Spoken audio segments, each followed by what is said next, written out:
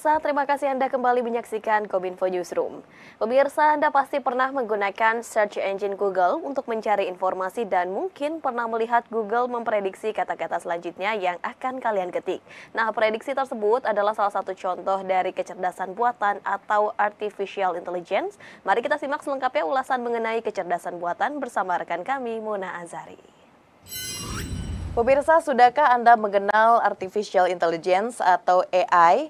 AI merupakan teknologi yang merancang sistem komputer untuk meniru kemampuan intelektual manusia. Artificial intelligence atau AI ini merupakan kecerdasan buatan atau teknologi yang dirancang untuk membuat sistem komputer dengan kemampuan meniru intelektual manusia. Nah, pemirsa, AI ini juga memungkinkan komputer untuk belajar dari pengalaman, mengidentifikasi pola, membuat keputusan, dan menyelesaikan tugas-tugas kompleks dengan cepat dan juga efisien. Lebih cerdas tentunya dalam penggunaannya. Dan saat ini AI telah banyak digunakan di berbagai aplikasi seperti search engines, asisten virtual seperti Siri, Google Assistant, dan Cortana. Selain itu, pemirsa, pengembangan AI telah mencapai tingkat yang mengagumkan. Salah satunya adalah penggunaannya dalam kendaraan otonom yang memungkinkan kendaraan melaju dengan sendirinya tanpa campur tangan oleh manusia. Dan pemirsa, dari berbagai kemampuan yang dimiliki oleh AI, tentunya AI juga memiliki fitur utama yang paling sering diaplikasikan dalam kehidupan sehari-hari. Kita akan bahas satu persatu, dan yang pertama, pemirsa, dari fitur AI tersebut adalah deep learning. Nah, deep learning ini merupakan kemampuan yang mampu mengenali teks, suara, gambar, dan data lain untuk memberikan wawasan ataupun prediksi yang lebih akurat. Contohnya pada platform YouTube ketika memberikan rekomendasi video yang sesuai dengan minat serta kebiasaan si pengguna. Contoh lainnya, pemirsa, pada fitur mengemudi otomatis pada mobil seperti Tesla, di mana deep learning menjadi teknologi utama yang memungkinkan mereka mengenali rambu berhenti atau membedakan antara pejalan kaki dengan lampu jalan. Yang kedua, kita akan membahas itu fitur yakni facial recognition atau pengenalan wajah. Dan fitur yang kedua ini, pemirsa, memiliki banyak kegunaan daripada fitur yang pertama. Salah satu contoh penerapan paling utama dan sederhana yakni Face ID yang digunakan untuk membuka ponsel atau gadget. Tak hanya itu, fitur ini juga dapat difungsikan untuk mengidentifikasi pelaku tindak kriminal, mencari orang, dan membantu investigasi forensik, pengecek kehadiran di sekolah, dan banyak manfaat lainnya. Dan yang ketiga yakni Automate Text. Ini merupakan salah satu fitur utama dan favorit yang digunakan. Biasanya, pemirsa, fitur ini dapat ditemui pada aplikasi Smart Home. Dengan fitur ini, pengguna dapat mengatur berbagai aktivitas sehari-hari dan dapat dijalankan dengan otomatis melalui pengaturan penjadwalan. Sedangkan untuk di dunia kerja, otomatisasi tidak hanya akan meningkatkan efisiensi namun juga membantu mengurangi biaya keseluruhan dalam beberapa kasus, menciptakan lingkungan kerja yang lebih aman juga tentunya. Lalu yang pemirsa, yang keempat ada data ingestion atau penyerapan data. Ini adalah pengangkutan pengetahuan dari berbagai sumber ke media penyimpanan data yang sering diakses, digunakan, dan dianalisis oleh suatu perusahaan. Contohnya, dapat menganalisis data dalam jumlah besar dan membantu memberikan kesimpulan logis.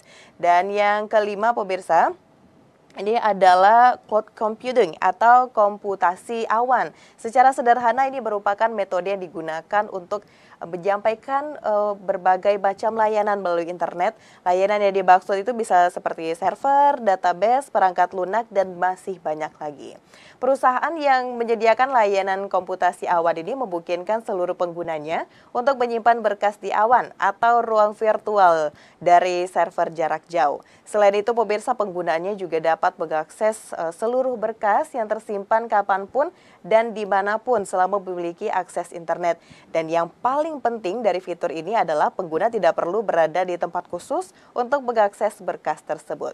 Yang keenam, di sini ada quantum computing, merupakan kekuatan pemrosesan besar yang memiliki potensi untuk merevolusi berbagai sektor seperti penemuan obat, perakiraan cuaca, dan contohnya komputer kuantum ini dapat melakukan perhitungan rumit jauh lebih cepat daripada komputer tradisional. Dan yang terakhir dari fitur AI adalah chatbots. Salah satu fitur yang cukup familiar ini menggunakan AI untuk memberikan respon otomatis dan interaktif dalam chats, baik dalam layanan pelanggan gitu maksudnya, dan juga aplikasi pesan instan.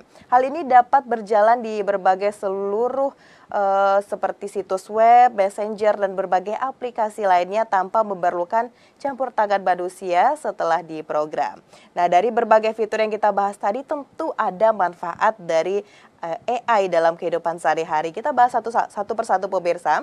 Yang pertama, manfaat dari sistem AI ini adalah meminimalkan kesalahan manusia. Nah, ini sebuah program komputer tentunya tidak akan membuat kesalahan jika diprogram secara benar. Tentunya keberadaan AI ini sangat bermanfaat untuk membantu mengurangi kesalahan manusia karena dapat mencapai tingkat akurasi yang lebih tinggi dalam menyelesaikan pekerjaan. Nah, yang kedua, manfaat dari AI ini, AI beroperasi 24/7 tanpa henti. AI bisa tersedia kapan saja ketika dibutuhkan dan dapat bekerja selama 24/7 tanpa istirahat serta tidak pernah merasakan yang namanya bosan seperti manusia. Lalu manfaat yang ketiga dari AI adalah membantu dalam pekerjaan berulang.